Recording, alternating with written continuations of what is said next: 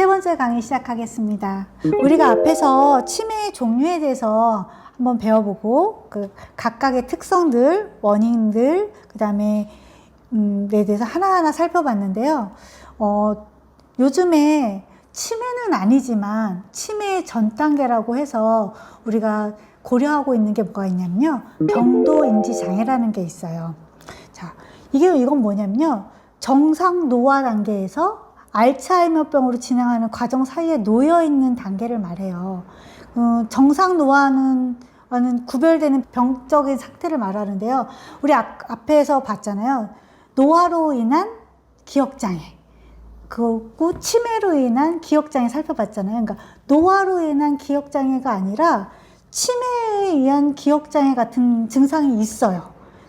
그런데 이런 증상들이 있으나 일상생활에는 아무 문제가 없는 분들, 이런 분들을 경도인지장애라고 우리가 분류를 해요. 이게 중요한 이유가 뭐냐면요. 정상 노인의 치매 진행하는 것은 매년 1에서 2%예요. 그런데 경도인지장애는 매년 약 10에서 15%가 이게 치매로 진행된다고 하거든요. 그래서 이 경도인지장애 대상자들을 빨리 발견하고 치료하고 하는 게 굉장히 중요해요. 그래서 요즘 치매는 국가에서 관리를 하잖아요. 그래서 요즘에 경도인지장애 환자들, 대상자들에 대해서 신경을 굉장히 많이 써요. 특히 예전에는 장기요양보험 등급하잖아요. 그러면 1단계, 2단계, 3단계, 4단계, 5단계 단계가 있는데 이 사람들은 이 단계에는 들지 않아요. 등급 바깥이에요. 그러나 예전에는 지원을 받을 수 없었으나 요즘은 이 경도인지장애라고 판단이 되면 집에서 할 수 있는 것들을 지원받을 수 있는 게 굉장히 많이 생겼어요. 그래서 우리 경도인지장애에 대해서도 알아두시면 좋습니다. 그렇다면 이제 경도인지장애를 진단하는 기준은 뭘까 하면은 다음 4가지를 만족해야 돼요. 뭐냐면 첫 번째는 환자 자신이나 보호자가 요즘에 인지기능이 조금 관련된 증상들을 앞에서 봤잖아요. 그런 장애가 있다고 이야기를 해야 돼요. 그리고 두 번째는 검사를 했을 때, 그러니까 신경심리학적 평가를 했을 때 명백한 인지기능 장애가 있는 거예요. 그런데 세 번째로는 전반적인 일상생활 수행 능력에는 뚜렷한 장애가 없어요. 그래서 혼자 생활하는 데는 아무 문제가 없는 분들. 그래서 치매 등급 판정하는 DSM-4 이거에 뿐만 아니라 다른 등급 판정하는 데에서도 이 진단 기준에 맞지 않는 경우일 때 이 사람들을 경도인지장애라고 해요.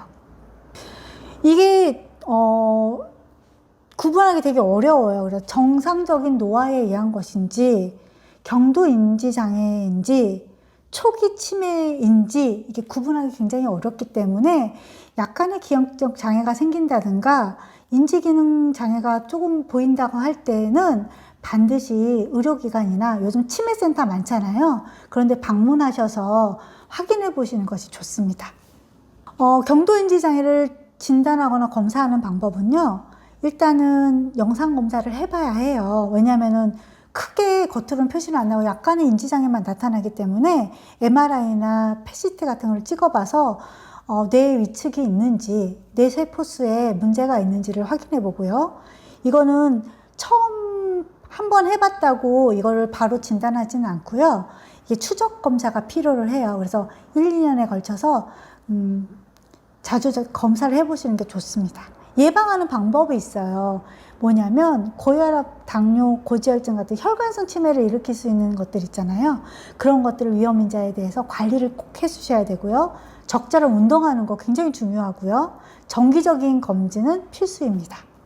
그리고 가벼운 건망증 같은 게 있을지라도 진료를 꼭 받아서 치매 초기인지 아닌지를 구분하는 거 굉장히 중요합니다.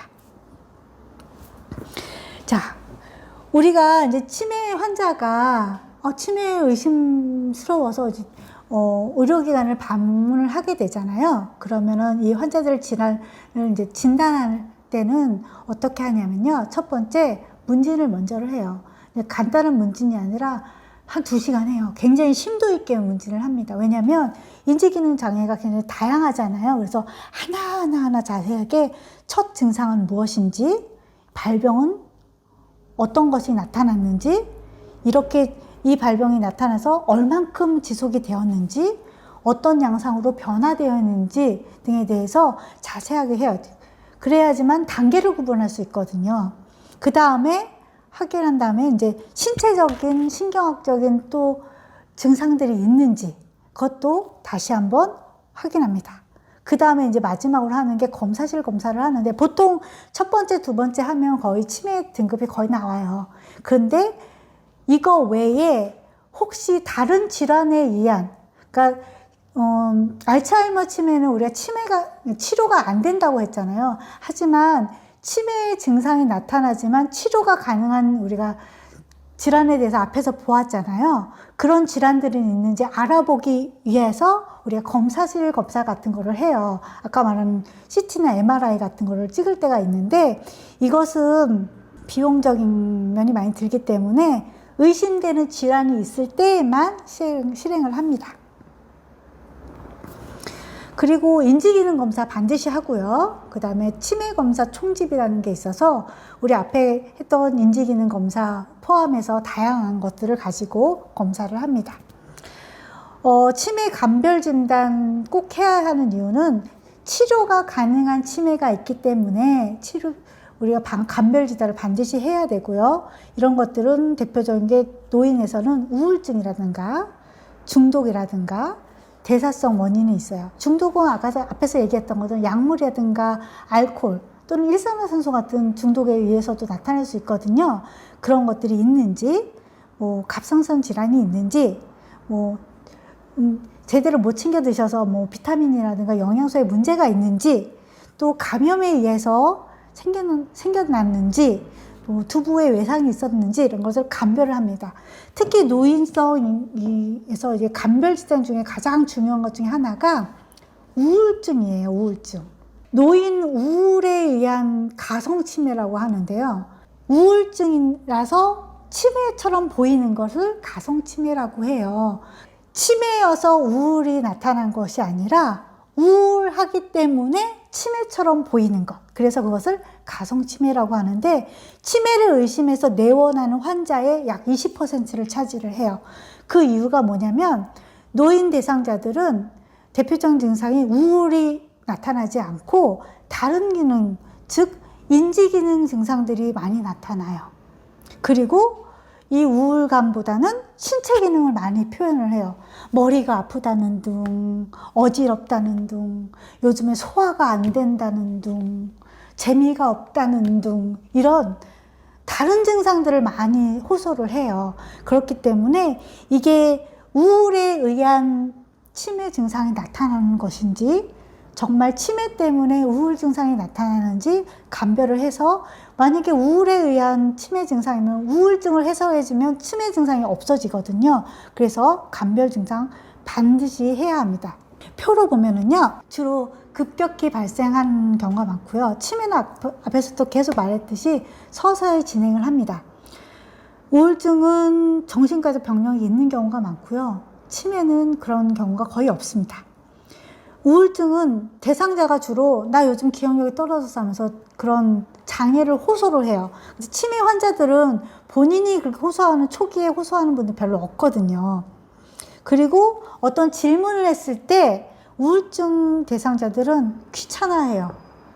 그리고 모른다고 대답하는 경우가 많고 치매 대상자들은 대답을 하려고 해요. 어떻게든 대답을 하는데 잘 안 맞게 대답하는 경우가 많아서 근사치 대답을 하는 경우가 많고요. 우울증은 우울 인지기능 저하 정도가 편차가 심해요. 경증, 중증 이게 섞여서 막 나타나요. 그런데 치매는 서서히 단계적으로 퇴행성이기 때문에 얘는 일관된 인지기능 저하를 보여요. 우울증은 이 기억력 저하가 단기, 장기 모두 나타날 수 있어요. 그런데 치매는 먼저 단기 기억부터 소실되고 점차 심해지면 장기 기억이 소실되는 게 특징이에요.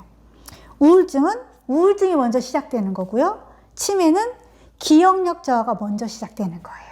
이걸 구분해 주셔서 감별 진단을 하셔서 우울증에 의한 치매 증상은 꼭 해결해 주시는 게 좋습니다. 실제로 노인분들의 우울증이 굉장히 많거든요.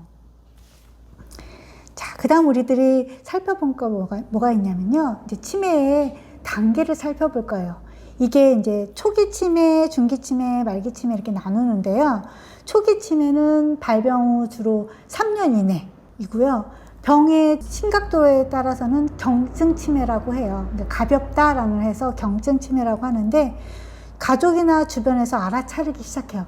좀 이상한데? 우리 어머니가 요즘에 좀 이상해 하고 이렇게 알아차리기 시작하는 단계고요. 하지만 아직은 일상생활이 혼자 가능하신 단계를 초기 치매라고 하고요. 중기 치매는 이제 발병 후에 약 2년에서 10년 정도.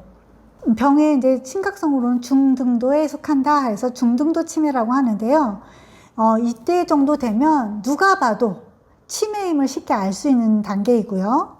어느 정도 도움 없이는 혼자 지낼 수 없는 수준의 치매입니다. 그리고 말기 치매로 넘어가면요.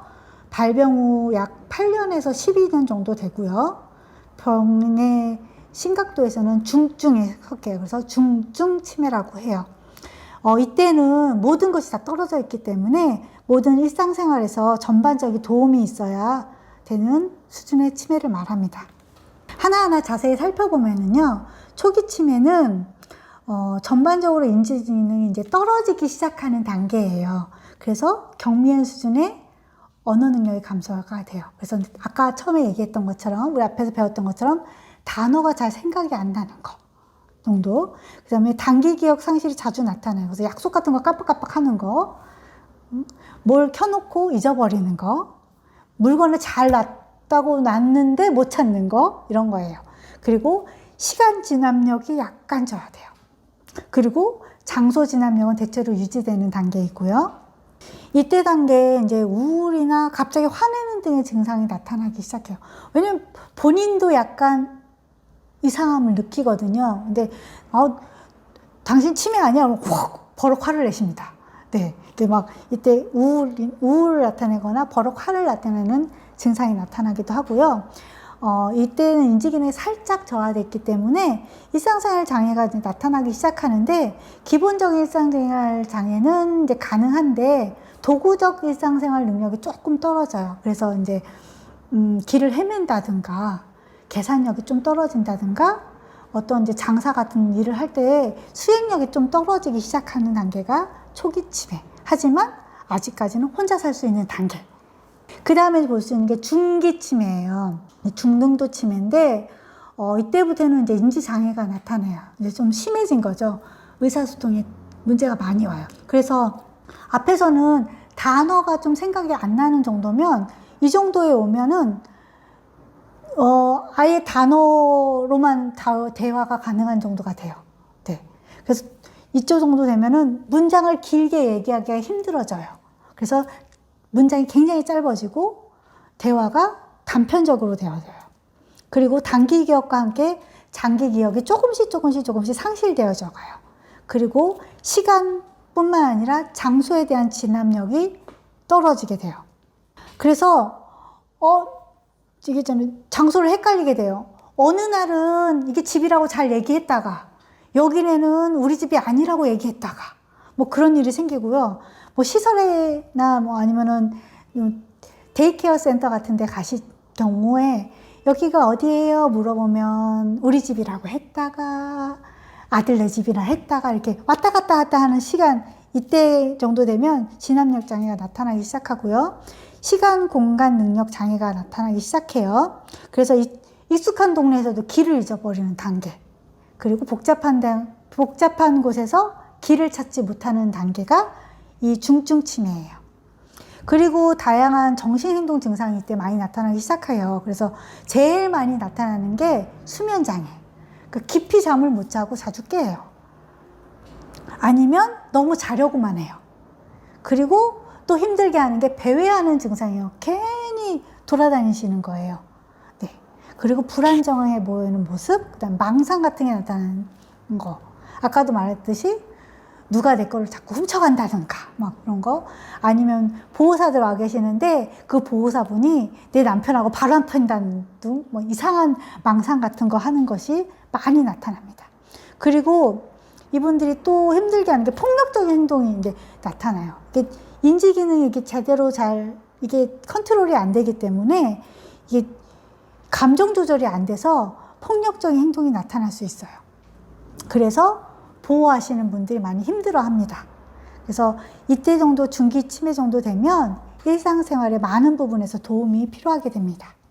여기서 이제 더 심해지게 되시면 이제 말기 치매가 되는데요. 그래서 중증 치매라고 해요. 이제 전반적인 기능이 다 떨어져 있는 상태고요. 돌봄 제공이 필수적이에요. 이때는 인지 기능이 현저하게 떨어져 있어요. 의사소통은 단어 앞에서 이제 중기에서도 단어가 되는 단어에서 말을 했다면 여기는 단어 한두 개로만 말이 가능하고요. 더 심해지면 단어가 아니라 이상한 음을 내요. 이렇게 소리만 내는 경우, 아니면 막 소리치는 경우. 어떤 분들은 웅얼웅얼 한쪽 구성에서 그렇게 하시는 분들도 계세요. 그리고 질문을 하면 할머니 어디 가세요? 하면 대답을 하는 것이 아니라 할머니 어디 가세요? 물어보면 어디 가세요? 할머니 식사하세요? 식사하세요? 하고 뒷부분만 따라하는 이런 장애가 나타나요. 그래서 이 문장을 얘기하는 것을 아예 알아듣지 못하고 단순히 뒷부분만 따라하는 그런 단계가 와요. 그래서 이 단계가 되면은 환자하고 의사소통이 거의 힘들기 때문에 의사소통보다는 비언어적으로 나타내는 표정이라든가 행동 같은 것을 보고 이 대상자가 무엇을 필요로 하는지 파악을 해야 되는 단계입니다. 그리고 진압력 장애가 굉장히 심해요. 아까도 얘기했지만 진압력 장애가 심하면 초기에는 시간이 떨어지고 중기에는 장소가 좀 더 심해지고 말기에 오면 시간, 장소뿐만 아니라 사람에 대한 진압력이 떨어져요. 그래서 잘 알아보는, 늘 보는 아들도 못 알아본다든가, 더 심해지면 자기 자신도 잊어버리는 게 이 진압력 장애가 옵니다. 또 일상생활 능력이 거의 불가능해요. 이때가 되면. 그래서 이때가 되면 보행도 거의 어려워지거든요. 그래서 게다가 또 자발적으로 움직이려고 하지 않기 때문에 이게 많은 도움을 주시고 그다음에 움직일 수 있도록 해주셔야만 합니다. 안 움직이시면 강직이나 이런 게 더 심해지거든요. 그리고 이때 되면 보행도 잘 안 되기 때문에 누워서 지내는 시간이 늘어나요. 근데 이렇게 누워서 지내는 시간이 많다고 그냥 내버려 두시면 면역성이 떨어져서 다른 질환이 생길 수가 있기 때문에 이때에 맞는 활동들을 해주셔야 합니다. 그 다음에 우리가 이제 볼 것은 치매의 치료에 대해서 볼 건데요. 치매의 치료를 어떻게 할 것인가. 치매는 완치라는 게 없잖아요. 하지만 이 대상자에게 일관적이고 지속적인 치료를 제공하는 걸 목표로 하고요. 치매 증상을 줄여주고 병의 진행을 늦추는 게 목표예요. 그리고 대상자의 기능을 최대한 유지하는 게 이 목표이고요. 무엇보다도 대상자뿐만 아니라 가족의 삶의 질을 유지하도록 하는 것이 이 치료의 목표입니다. 치매 치료를 보면은 약물치료요법과 비약물치료요법이 있는데요. 약물요법에는 인지기능 장애 약물치료, 정신행동 증상에 필요한 약물치료, 그리고 기타 보조제들을 사용하고요. 먼저 약물요법에 이제 치매 약물치료에 이제 이해를 하셔야 되는데, 이 치매약은 완치제가 아니라는 거. 다만 치매의 악화를 지연시키고 증상을 완화하는 목적으로 사용한다는 것을 반드시 알아야 되고요. 그럼에도 불구하고 이 치매 약물 치료를 해야 되는 이유는 이 약을 사용함으로 인해서 대상자가 이제 고생하는 기간을 줄여주고요. 대상자를 돌보는 가족에게도 돌봄에 들어가는 신체적, 정신적, 경제적 부담감을 줄여줄 수 있기 때문에 약물 치료가 중요합니다. 자, 하나하나 살펴보면요. 인지기능장애 약물 치료예요. 인지기능 개선제라고 하는데요. 먼저 알아볼 수 있는 것은 아세틸콜린 분해 요소 억제제라는 거 있어요. 네, 주로 알츠하이머 환자들에게 사용하는데요. 이 뇌신경 전달 문제는 이 아세틸콜린 분비를 해 놓은 것을 줄어들지 않게 유지시켜주는 약물인 거예요. 그래서 보면은 우리가 아는 상품명으로는 아리셉트, 엑셀론, 레민이라는 약물이 있어요. 이거 많이 사용하는 약물이기 때문에 이름명 알아두시면 좋고요. 이 약물들은 인지기능 개선제이기 때문에 가능하면 이른 시기부터 사용하는 것이 인지기능 개선에 효과적이고요. 주로 알츠하이머 대상자에게 사용하고요. 이것을 사용하면 6개월에서 2년 정도의 진행을 지연시킬 수 있다 그러고요. 특히 약물에서 주의할 점은 뭐냐면 이 엑셀론이라는 약물이 있는데요. 이 엑셀론은 파킨슨 병에도 사용할 수 있는 허가를 받았어요. 그래서 파킨슨 병에도 같이 사용을 하고요. 우리 치매 중에서 전두 측지엽 치매 있었어요. 그 치매에는 증상을 더 악화시킨다는 결과가 있어서 사용하지 않습니다. 주요 부작용은 위장장애예요. 소화 잘 안 되고 설사 생기고 하는 건데 이 약은 이 부작용이 쉽게 적응되기 때문에 약을 조금만 줄였다가 증량하거나 하면은 금방 적용돼서 큰 문제가 되지 않습니다. 그 다음 볼 수 있는 게 NMDA 수용체 기량제라는 게 있어요. 이거는 신경세포 안에 있는 것들이 이게 잘 전달해 주도록 해주는 역할을 해주는 약이에요.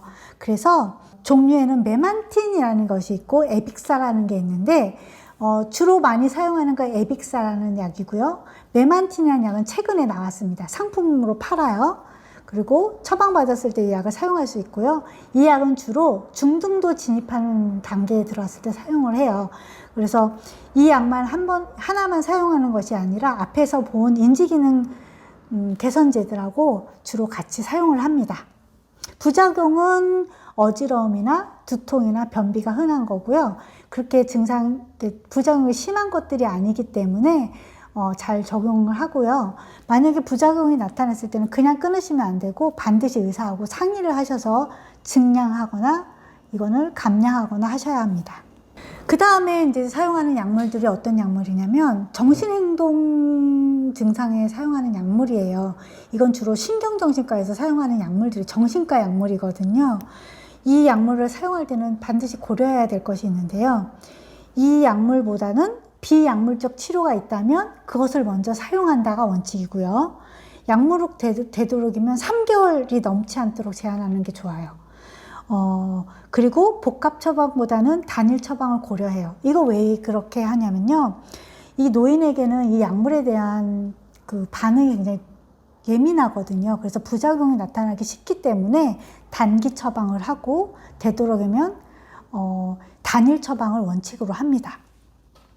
정신행동 증상 적용 약물들을 한번 보면은요, 항정신성 약물은 망상, 환각, 공격성, 초조, 불면증이 있을 때 이걸 약물을 사용하고요.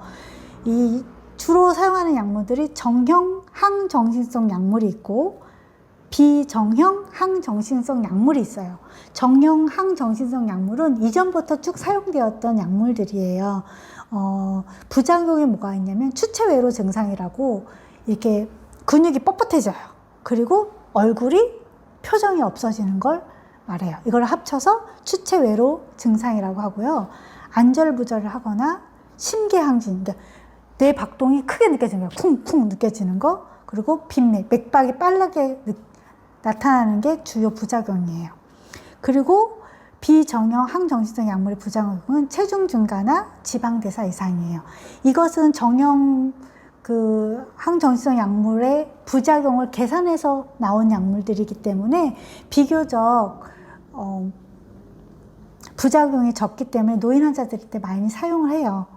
그리고 항우울제들을 많이 사용하는데요. 불면이나 초조, 공격성, 불안, 우울 증상이 있을 때 사용을 해요. 이거는 사만개 우울증 약과 SSRI라고 하는 이 우울증 약이 있는데 주로 이게 SSRI를 사용해요. 왜냐하면 사만개는 부작용이 심하기 때문에 요즘 잘 사용하지 않습니다.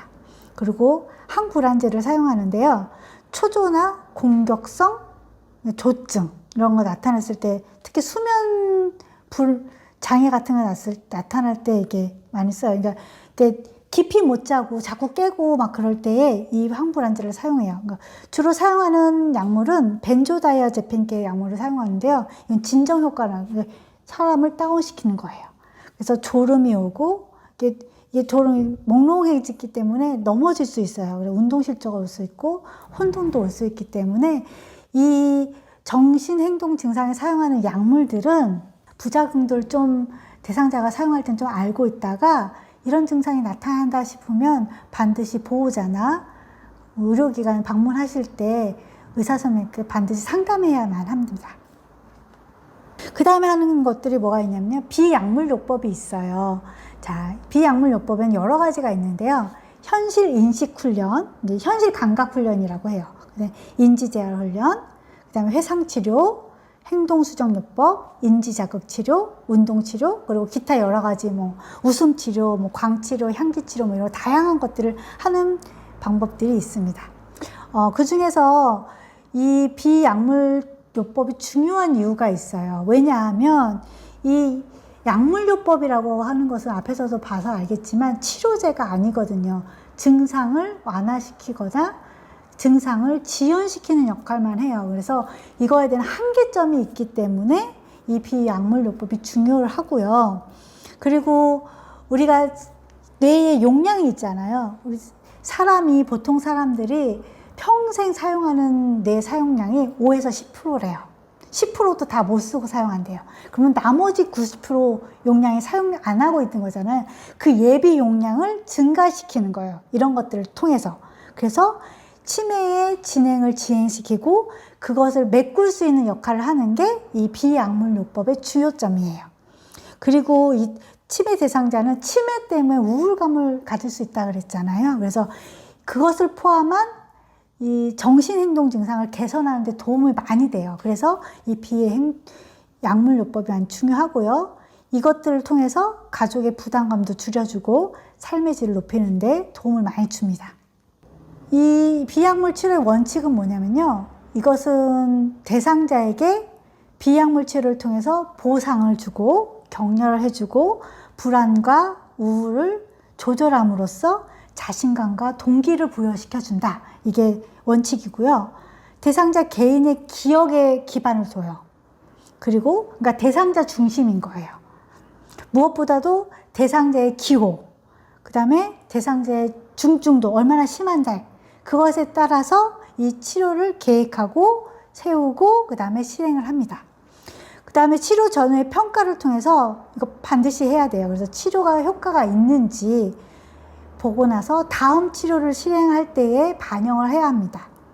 무엇보다도 이 비약물 치료는 다양한 것들이 있는데요. 이 다양한 것들을 실시할 때는 그냥 다 사용하는 것이 아니라 이왕이면 검증된 프로그램을 사용하는 것이 좋습니다. 우리가 먼저 살펴본 비약물 치료 방법 중에 먼저 살펴볼 것은 현실 인식 훈련이라는 거예요. 현실을 알아가게 하는 훈련이에요. 자각하게 하는 거예요. 그래서 아주 기본적인 거예요. 나하고 내 주변에 있는 것들을 알아보게 하는 거예요. 그래서 오늘은 무슨 요일이에요? 오늘은 며칠이에요? 몇 월 달이죠? 하는 거 아주 기본적인 거. 그 다음에 현재 장소 여기가 어디예요? 그 다음에 할머니 경로당 가려면 어떻게 가야 되지요? 하고 아주 기본적인 거 물어봐요. 그리고 주변에서 일어나는 상황 등에 대해서 계속 인식 훈련을 해주는 게 현실 인식 훈련이에요. 그 다음에 볼 수 있는 게 인지 재활 훈련이라는 게 있어요. 이거 많이 사용하거든요. 그래서 인지 기능을 향상시키는 방법인데요. 주로 기억력을 도와주는 방법이에요. 그래서 이거는 표준에 대한 이런 자료들이 많이 있어요. 그래서 그 자료들을 가지고 환자하고 같이 하면서 이거 훈련하는 방법들이고요. 오류 배제 학습, 점진적 단서 소실, 시간차 훈련, 회상 훈련들이 있어요. 간단하게 설명하면 오류 배제 학습이라는 것은 단서를 처음 주어질 때 처음부터 그 단서에 대해서 착오가 발생할 수 있는 것을 제거하는 방법이에요. 만약에 이게 박쥐 그림을 보여주고 할머니 이것이 무엇이에요? 물었을 때 몰라. 그러면은 잘 생각해 보세요.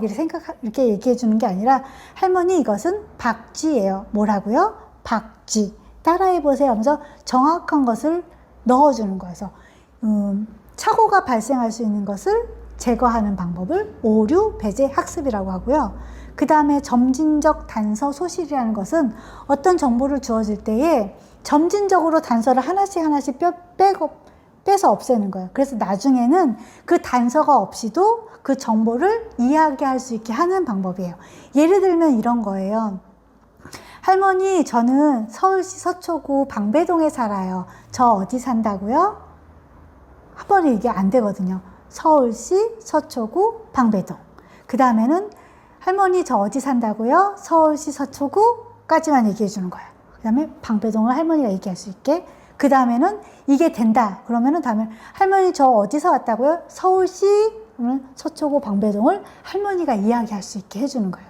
중간에 만약에 이것이 안 되면 다시 한번 교육하고 그것을 반복하는 것을 해요. 그래서 점진적으로 이것을 주면서 정보가 없어도 그것에 대해서 말할 수 있게, 기억해낼 수 있게 하는 방법이 점진적 단서 소실 방법이에요. 그리고 또 다른 방법은 시간차 회상 훈련이에요. 이것도 기억력을 도와주는 방법인데요. 어떤 정보를 주고 일정한 시간이 지나고 나서 그것을 떠올릴 수 있게 하는 거예요. 그러니까 어떤 단어를 3가지를 가르쳐줘요. 오리, 토끼, 사자.